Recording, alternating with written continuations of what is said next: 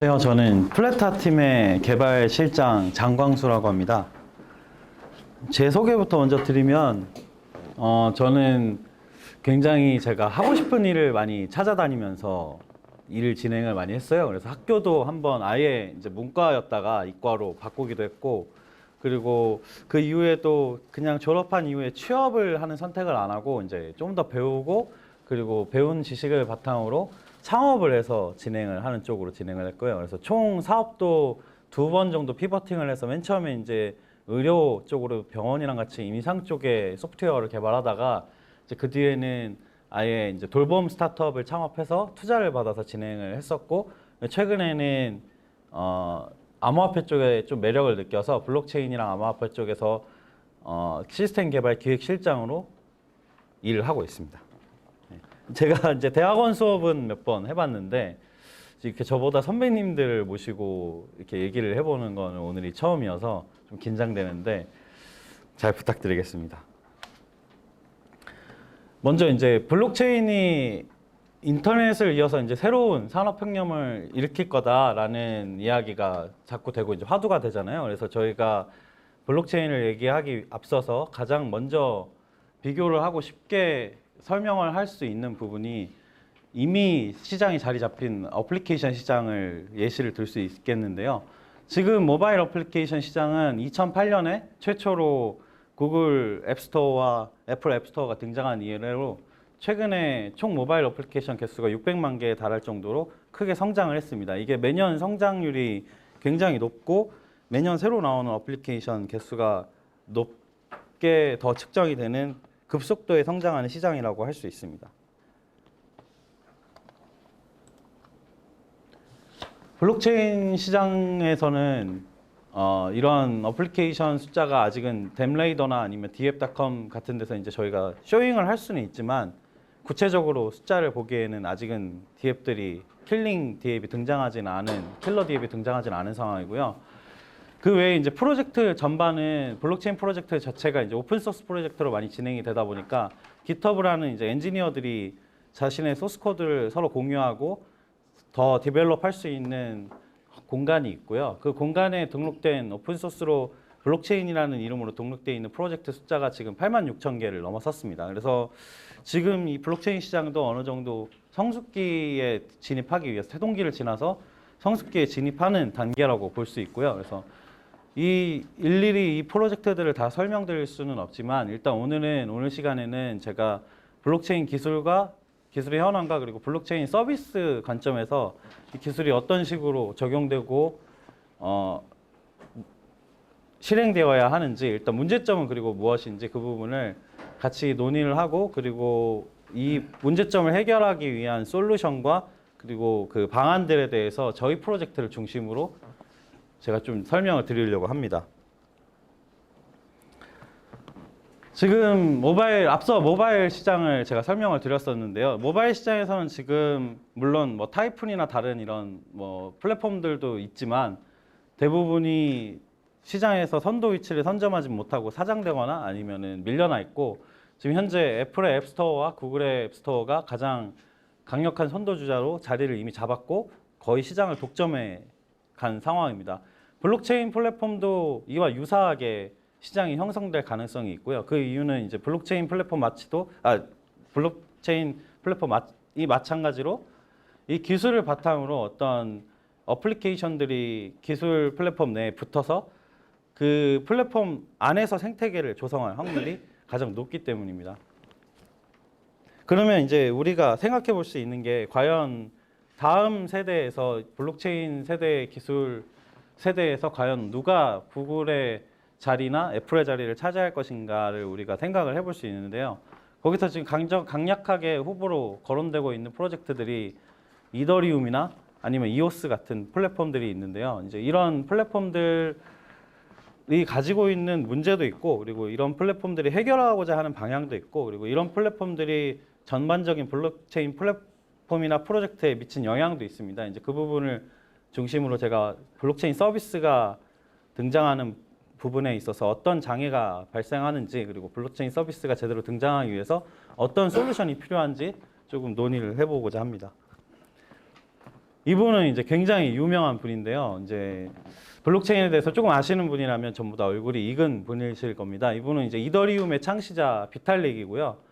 이더리움은 정확히 개발된 연도는 2015년이긴 하지만 이더리움 자체가 지금 우리가 이더리움이 ICO 플랫폼으로 성장하면서 이더리움의 스마트 컨트랙트나 이런 부분이 비트코인과의 차별성이라고 우리가 얘기하고 있고, 비트코인은 단순한 금융 플랫폼으로 쓰이고 있지만 이더리움은 뭔가 어플리케이션을 더 올릴 수 있고 플랫폼으로 가능성이 있다고 보는 부분은 스마트 컨트랙트잖아요. 이제 그 부분은 사실 패치된 지는 얼마 되지 않았습니다. 2017년 10월에 스마트 컨트랙트 부분이 정확히 이더리움 플랫폼 위에 올라왔고, 물론 그 이전에 테스트넷 시절에는 잠시 테스트넷으로 돌아가긴 했지만 정상적으로 이제 이더리움 플랫폼 내에서 돌아간 건 2017년 10월부터이고, 그래서 그 이후에 이 스마트 컨트랙트를 사용해서 투자금을 유치하고 그리고 이제 확장하는 방식인 ICO라는 방식이 등장하게 됐습니다. 그래서 이제 이더리움이 굉장히 이 업계에서는 유명하고, 이분은 사실 엔지니어들, 블록체인 엔지니어들이나 비즈니스를 하는 사람들에게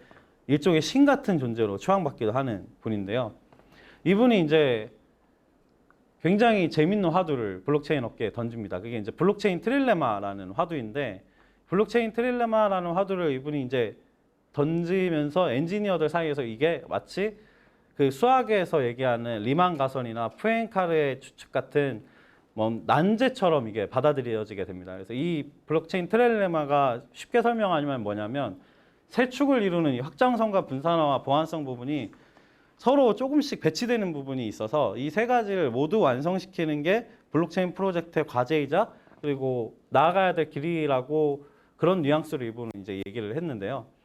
지금 이 확장성과 분산화, 보안성 부분은 사실 세 가지 전체를 전부 다 아우르기에는 이거는 이제 제 개인적인 사견일 수도 있는데, 소프트웨어적인 한계도 존재하지만 하드웨어적인 한계가 사실 존재하는 게 사실입니다. 그래서 지금 블록체인 업계에서 이분의 말을 토대로 지금 이더리움을 비롯해서 그 이후에 나오는 플랫폼들도, 이더리움을 잡겠다고 나온 플랫폼들도 이 트릴레마에 좀 갇혀 있고 이 트릴레마의 중심에서 생각하려는 경향이 좀 있는데, 이제 그 부분이 저는 조금 블록체인 서비스가 등장하는 데 있어서 이 부분이 오히려 장애 요소로 지금 작용하고 있지 않나라는 조금 안타까운 생각을 가지고 있습니다. 제가 앞서 얘기 드렸던 하드웨어의 측면에서 살펴보면 지금 왼쪽에 보이는 게 맨 처음에 이제 우리가 제대로 스마트폰이라고 인정한, 그러니까 시장에서 좀 인정받은 아이폰 3G 모델의 사진과 그리고 스펙입니다. 그래서 이 스펙을 잘 살펴보시면 이게 2008년 제품인데, 이걸 컴퓨터에 대체해서 생각을 하면 이게 펜티엄 2 정도의 성능입니다. 그래서 한 99년에서 2000년 정도 컴퓨터의 수준이고요. 그 이유는 당연히 이때는 아직 각 그 기기들의 소형화 기술이 완벽하지 않았기 때문에 휴대폰 사이즈로 담는 데 한계가 있었고, 그래서 이때 구축되어 있는 하드웨어가 성능이 굉장히 낮은 편이었습니다. 그런데 이제 10년 뒤에 최근 출시된 삼성의 최신 휴대폰을 살펴보면 지금 최신형 컴퓨터와 비교해도 물론 뭐 조금 부족한 부분은 아직 있지만 거의 이제 컴퓨터에 준하는 성능으로 올라왔고, 우리가 흔히 얘기하는 데스크탑 성능에 준하는 성능으로 올라왔고, 그래서 이제 삼성에서 작년에 내놓은 하드웨어 중에는 덱스라는 하드웨어가 있어서, 저는 이렇게 작은 하드웨어인데 거기에 휴대폰을 끼워 넣으면 컴퓨터처럼 쓸 수 있게 하는 하드웨어도 등장할 정도로 하드웨어 자체가 발전을 했습니다. 그래서 이 얘기를 왜 드리냐면, 사실 맨 처음에 아이폰이 등장했을 때 이때 이제 휴대폰 업계에서 국내 기업 중에 굉장히 강자였던 LG는 이 휴대폰을 분석하면서, 이 아이폰을 분석하면서 아이폰의 하드웨어적 한계 때문에 결국에 아이폰이 가지고 있는 그 디스플레이나 이 환경에서 할 수 있는 어플리케이션 능력들이 그렇게 뛰어나지 않다. 그래서 결국에 아이폰이 할 수 있는 건 간단한 게임이나 아니면은 뭐 전화나 메시지나 그 다음에 어떤 메시징 앱 같은 일부 기능이나 메모 기능이나 이런 부분에 치중되어 있는데, 그때 당시에 그래서 아이폰을 바라보는 눈에서는 이거는 피처폰에서도 충분히 가능한 성능 구현이고, 그래서 이 아이폰이 앞으로 성공할지 아닐지 LG에서는 그 부분을 놓고 점쳤을 때 아이폰이 크게 성공하지 못할 거라고 생각했고, 그래서 LG는 스마트폰 개발보다는 조금 더 피처폰을 강화하는 방식을 택했고요. 그래서 지금 그 결과는 여러분이 모두 아실 겁니다. LG는 지금 스마트폰 사업부를 철수했고, 지금 그 부분에서 물론 이 부분이 어떤 측면에서 소프트웨어 파워가 강하다, 필요하다 이런 측면으로 해석되는 측면도 있지만 제가 바라보는 측면에서는 하드웨어가 올라오면 사실 많은 부분이 해결될 수 있다는 겁니다. 이때 당시에는 하드웨어가 올라오지 않았기 때문에 지금 당시에 소프트웨어 개발 소프트웨어 수준에서 서비스 수준에서 많은 서비스가 등장하지 못할 거라고 아직 시기상조라고 판단이 됐고 그래서 투자가 저열했던 기업들이 있는데 그 기업들이 결국에 이 시장에서 주도권을 잃었거든요. 근데 뭐 조금 이제 비약된 설명일 수도 있지만 지금 이 트릴레마 문제도 지금 소프트웨어적으로 해결하려고 접근하는 엔지니어들이 굉장히 많은데 그 부분 때문에 오히려 실제 서비스가 등장하기보다는 이 플랫폼 기술에서 트릴레마를 해결하기 위한 시도가 조금 제 생각에는 과열돼 있다는 느낌을 받습니다. 사실 이제 국내에 되게 다양한 블록체인 프로젝트들이 있잖아요. 국내에 되게 유명한 프로젝트들이 있고 그중에 이제 네이버의 링크나 아니면 그 카카오의 클레이튼을 비롯해서 이제 대기업 위주로 구축된 프로젝트들도 많이 있는데요. 그중에 이제 저랑 굉장히 친한 선배분이 수석 개발자로 있는 뭐 프로젝트가 있습니다. 그 프로젝트의 수석 개발자 처음 초기자이셨기 때문에 소스 코드에 대해서 거의 대부분 알고 계시고 소스코드에 대해서 대부분 관여하시는 분이기 때문에 저랑도 사석에서도 소스코드에 대한 얘기를 많이 나누고 그리고 이제 실제로 구현되는 그 서비스에 대해서도 논의를 가끔 하는데요. 근데 그럴 때 제가 이제 사실 이 트릴레마 문제에 대해서 이분을 통해서 좀 충격을 받은 게 이 프로젝트를 맡고 있는 엔지니어들도 지금 트릴레마 문제에 상당히 갇혀 있습니다. 그래서 트릴레마 문제에서 벗어나는 사고를 하기보다는 트릴레마 문제를 해결하려는 엔지니어링을 제일 중요시하고 있고 그러다 보니까 지금 실제로 지금 시장에서 원하는 건 왜냐하면 이 트릴레마 문제는 사실 어떻게 보면 대학 연구원이나 아니면 소프트웨어 개발원에서 신경 쓸 분야라고 저는 더 생각이 되고 산업계에서는 사실은 블록체인 기술을 활용해서 어떤 서비스를 내놓고 킬러 디앱을 통해서 이 산업계의 블록체인 기술 자체를 전파시키고 더 산업계 자체를 형성시키는 데 노력을 해야 되는데 이제 이 모 프로젝트는 이제 트릴레마 문제에 갇혀 있더라고요. 그래서 저랑 이제 서비스 얘기를 할 때 제가 사실은 얼마 전에 이제 어떤 서비스를 고안을 해서 이제 정부 과제를 수주한 적이 있는데 그 서비스에 대해서 얘기를 하니까 이제 그 엔지니어분이 저한테 그 서비스는 그러면 분산화는 포기한 거 아니냐. 그러니까 트릴레마 문제에 대해서 해결하려는 그 움직임이 보이지 않는다. 그런 그 서비스 모델에서는. 그래서 이게 블록체인 프로젝트가 맞느냐라는 질문을 저한테 하더라고요. 그래서 제가 그 질문을 받고 느낀 게 이 트릴레마 문제가 실제로 블록체인 서비스가 시장에 적용되는 데 있어서 오히려 장애 요소로 작용을 하는구나라는 걸 많이 느꼈고 그래서 저는 사실 비탈릭이 그런 말을 하는 의도가 물론 그게 아니라고는 생각하는데 이제 전반적으로 블록체인 산업계가 약간 엔지니어링 측면에서는 조금 산으로 가는 결과를 낳고 있다고 생각을 하고 있습니다.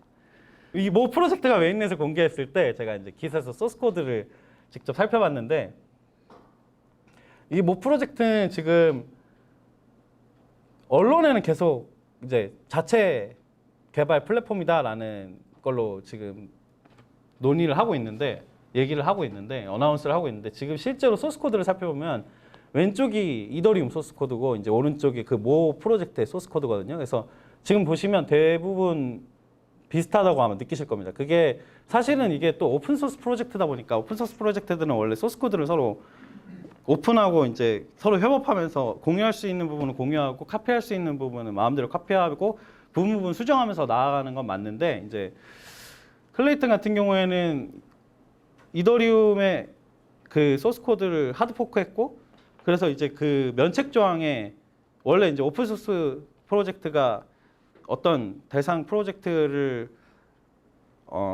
포크 떠서 이제 진행할 때는 면책 조항을 삽입하게 되는데 그 면책 조항에 보면 이더리움의 비잔티움 버전을 포크했고 그리고 이 앞으로 더 개발이 되면서 이 모 프로젝트의 문서와 소스 코드로 대체될 것이다라는 면책 조항을 삽입해 놨습니다. 그래서 제가 이걸 보고 느낀 게 지금 서비스 관점에서 사실 접근을 하려면 자체 컨센서스나 자체 소스 코드를 개발을 해야 서비스에 더 적용할 수 있는 확장성을 가질 수 있는데 지금 오픈소스 프로젝트들을 물론 참고해서 하는 건 좋지만 사실 제가 가져온 건 이 한 장이지만 상당히 많은 부분이 이더리움 원소스와 유사하게 되어 있고 이제 그 부분이 물론 나중에는 대치되겠지만 그러니까 이 지금 프로젝트가 가는 방향성이 어느 방향성인지를 말해주는 지표라고 저는 생각을 합니다.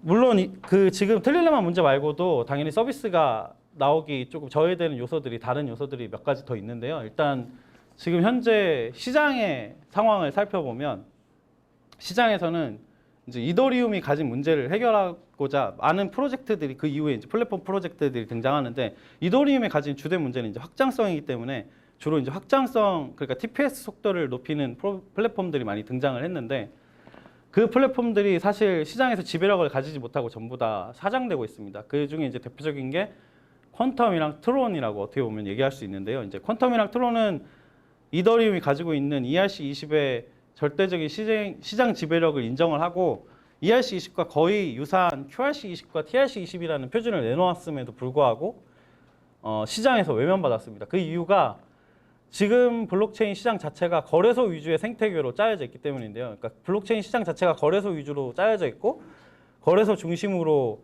블록체인 생태계가 굴러가다 보니까 이제 거래소에서 다루는 토큰은 이더리움의 ERC20 토큰이 메인이고 그리고 ERC20을 기반으로 거래가 이루어지는데 이 부분에 대해서 거래소 비즈니스 입장에서는 다른 표준의 토큰을 받았을 때의 리스크를 감수할 수가 없는 겁니다. 왜냐하면 이게 고객의 자산과 연결되어 있기 때문에 선례가 없는 유스케이스가 없는 거래소 입장에서는 유스케이스가 없는 다른 플랫폼의 토큰이나 표준을 사용할 수는 없고 그래서 이더리움의 시장 지배력이 계속 강화되는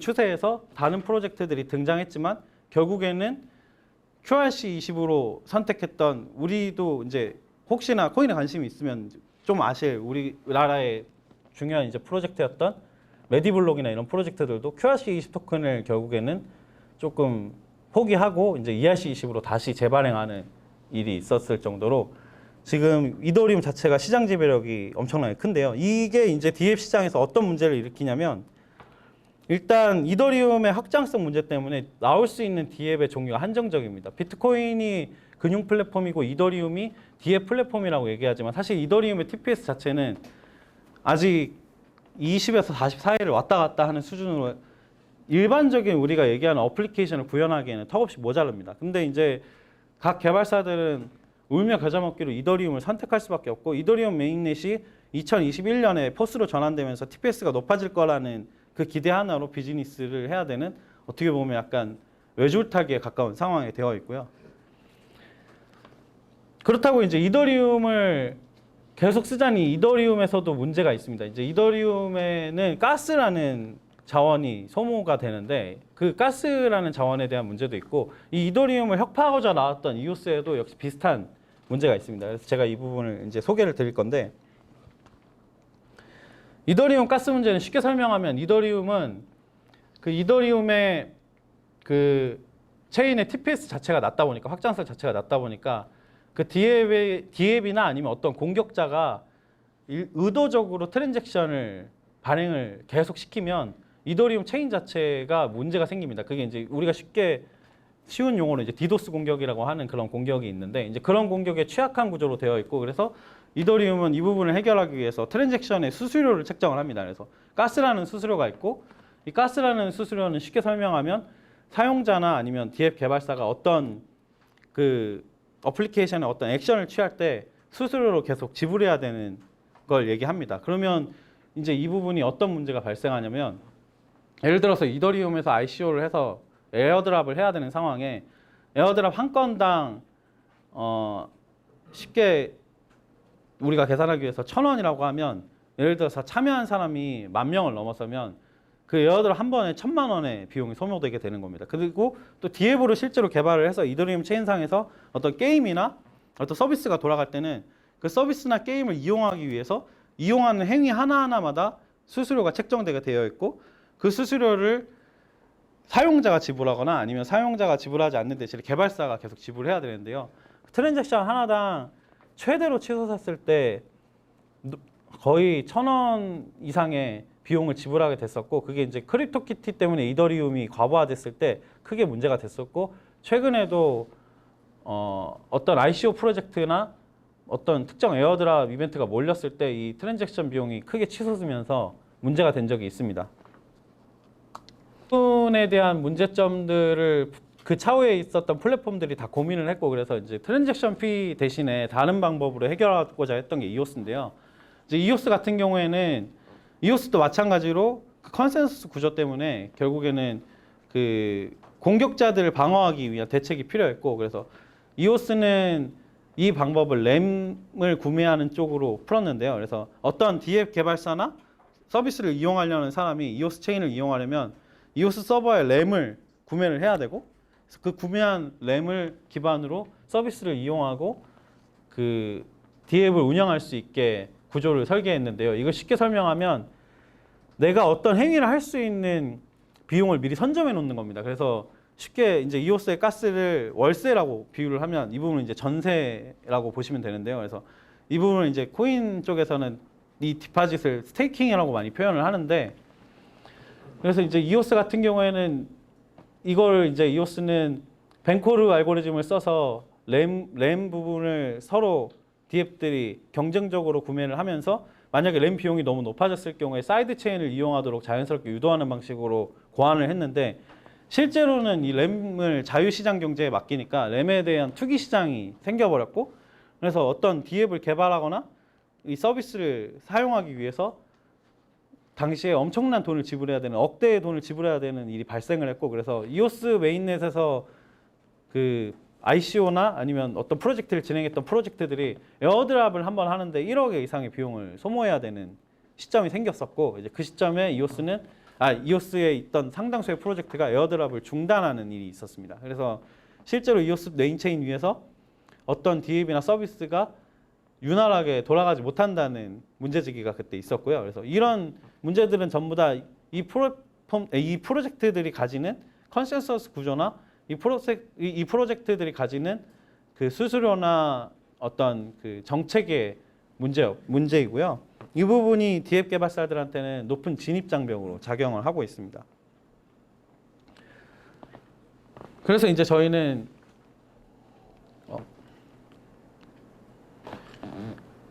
앞에서 상술드렸던 이런 블록체인 시장의 플랫폼의 문제를 해결하고 어떻게 하면 제대로 된 서비스가 블록체인 시장에 한시 앞에 나와서 킬러 DApp으로서 대중 앞에 선보이고 블록체인 산업계 자체를 확장시킬 수 있는지를 고민을 많이 했고요. 그래서 저희는 우선 기술적으로 먼저 접근을 해서 아예 소스코드를 처음부터 다시 개발했습니다. 그래서 저희는 컨센서스 구조부터 새로 짰고요. 그리고 블록 사이즈도 전부 다 리디자인을 했고, 그리고 체인 구조도 최대한 독립적으로 짜서 DApp들의 확장성이나 자율성을 많이 보장하는 방식으로 고안을 했고, 이 외에도 이제 레벨트리나 병렬 샤딩 같은 부분도 확장성을 최대한 고려한 그 개발 방향입니다. 확장성 부분에서 POF라는 저희의 컨센서스 방식은 기존의 이더리움이나 비트코인의 포우 모델과는 조금 다른데, 이더리움이나 비트코인의 그리고 이오스의 이제 디포스 방식이나 이런 방식들은 전부 다 쉽게 설명드리면 강자 독식 프로세스입니다. 그래서 포우는 이제 작업 증명이라고 해서 자신의 해시 파워를 통해서 물론 운적인 요소가 어느 정도는 작용을 하지만 가장 강력한 해시 파워를 가진 승자가 모든 보상을 독식하는 방식이고요. 디포스도 마찬가지로 스테이킹 양에 따라서 가장 많은 양을 스테이킹한 강자가 가장 많은 보상을 획득하는, 강자가 모든 걸 테이킹하는 방식이고요. 저희가 고안한 방식은 포뮬레이터들이라고 하는 이 보상을 얻을 수 있는 객체들이 정의되어 있고, 이 객체들이 순번을 정해서 돌아가면서 보상을 수령하는 방식입니다. 그래서 이런 방식으로 저희가 고안한 이유는 강자존 방식으로 고안한 이유 때문에, 지금 그런 컨센서스 그 구조 때문에 51%의 공격이나 오히려 트릴레마에서 얘기하는 중앙 집권, 그러니까 분산화에 배치되는 현상이 일어나고, 사실 그 부분을 해결하기 위해서 다른 확장성을 더 고려한다던가 아니면은 그 부분을 시장성에 맡겨서 해결한다던가 하는, 약간 저희가 봤을 때는 오히려 더 무책임한 솔루션들이 있다고 생각을 했고, 저희는 그래서 아예 이 부분을 조금 더 평형한 구조로 만들고, 대신에 이 부분을 감시하고 동작하게 조율할 수 있는 부분을 고려해서 삽입했습니다. 그리고 이렇게 블록 생산 방식을 바꾸면서 블록 생성 시간 자체가 짧아졌고, 그래서 지금 이더리움이나 네오에서 보여지는 시간, 그리고 이외에 이제 비트코인은 이거보다 훨씬 더 오랜 시간이 걸리는데요. 지금 10분 정도 걸릴 텐데, 블록 생산 시간 자체를 낮출 수 있었고, 블록 생산 시간이 짧기 때문에 TPS 자체도 훨씬 더 높게 설계가 되어 있습니다. 그리고 또 저희가 지금 앞서서 설명을 드렸던 이더리움의 시장 지배 구조에 대해서 해결하기 위해서 게이트웨이라는 구조를 저희는 고안을 해서 진행을 하고 있는데요. 이 부분은 그냥 이더리움의 시장 지배력은 인정을 하는 겁니다. 시장 지배력은 인정을 하되, 이더리움의 표준으로 만들어진 ERC20 토큰을 플레타의 표준으로 패킹할 수 있게 제공을 하고, 그렇게 패킹이 됐을 때는 플레타의 메인 체인에서 그 패킹된 토큰이나 코인을 사용할 수 있도록 제공을 하면, 이더리움의 ERC20 토큰은 그대로 이용을 하면서 플레타의 확장성을 가져갈 수 있기 때문에 DApp 입장에서 좋은 선택지가 될 수 있다고 생각했습니다. 그래서 저희는 다른 플랫폼 프로젝트들이 걸었던 길과는 조금 다르게 이더리움과 공존하는 방식으로 현재 시장에 녹아들기 위한 구조로 설계를 해서 진행을 하고 있고요. 이 부분을 조금 더 간략하게 설명을 드리면, 만약에 이더리움을 그냥 그대로 사용하는 DApp은 일단 이더리움의 높은 가스비를 계속 부담을 해야 되고요. 그리고 이더리움의 낮은 TPS 때문에 결국에 어떤 서비스의 그 성능적인 품질 부분에서 상당 부분을 포기하고 진행을 해야 됩니다. 물론 이더리움의 그 TPS가 2021년에 업데이트가 되면 나아진다는 기대는 있지만, 사실 이더리움의 지금 로드맵도 사실 많이 지연되고 있는 게 사실이거든요. 그래서 이게 DApp사들 입장에서는 리스크가 너무 큽니다. 근데 만약에 저희 게이트웨이를 이용하면, 일단 이더리움 토큰을 플레타로 패킹한 이후에는 이더리움 체인에서 굳이 그 DApp을 구현할 필요가 없고, 플레타 체인 위에 얹어서 DApp을 구현해서 일단 수수료 부분에서 무료로 이용하면서 좀 더 DApp의 그런 사용성 부분에서도 확장성을 가질 수 있고, 그리고 속도나 TPS 부분에서도 저희가 이더리움에 비해서 500배 이상 빠르기 때문에 훨씬 더 넓은 확장성을 가질 수 있습니다. 저희가 앞서 설명드린 이런 개념들은 개념으로만 지금 증명된 게 아니라 실제로 소스 코드를 구현을 해서 성능 검증을 했고요. 첫 번째 성능 검증인 알파 테스트는 작년 하반기에 이루어졌었고, 이때 저희가 만 TPS에서 안정적으로 체인이 유지되는 것을 확인했습니다. 그리고 그 다음에는 이제 저희가 두 번째 성능 테스트 때는 아예 자체적으로 DApp을 저희가 개발해서 진행을 했고요. 그 DApp은 저희가 게임을 한 종을 개발을 해서 그 게임 안에서 일어나는 모든 그 액션들을 전부 다 체인상에다 싣고 의도적으로 TPS가 많이 나오도록 조정을 해서 게임을 구현한 게 있는데요. 이제 저희가 이 부분에 대해서 보여드릴 만한 영상이 있어서 가져왔습니다.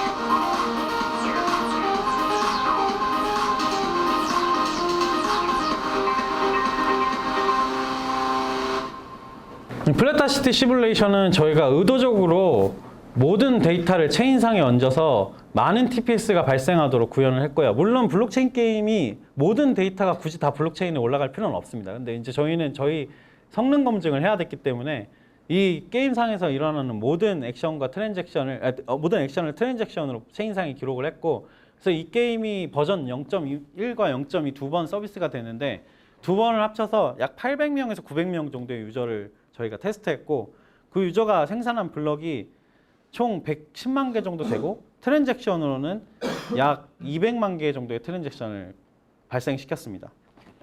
그리고 이 게임이 정상적으로 체인상에서 굴러가고, 물론 0.1 버전이 조금 개발 이슈가 있었는데, 이제 그 부분은 체인의 문제가 아니라 클라이언트 부분의 문제였고, 그래서 저희가 이 테스트를 통해서 저희 성능을 내부적으로도 완벽히 검증하고 자신감을 가지게 되었습니다.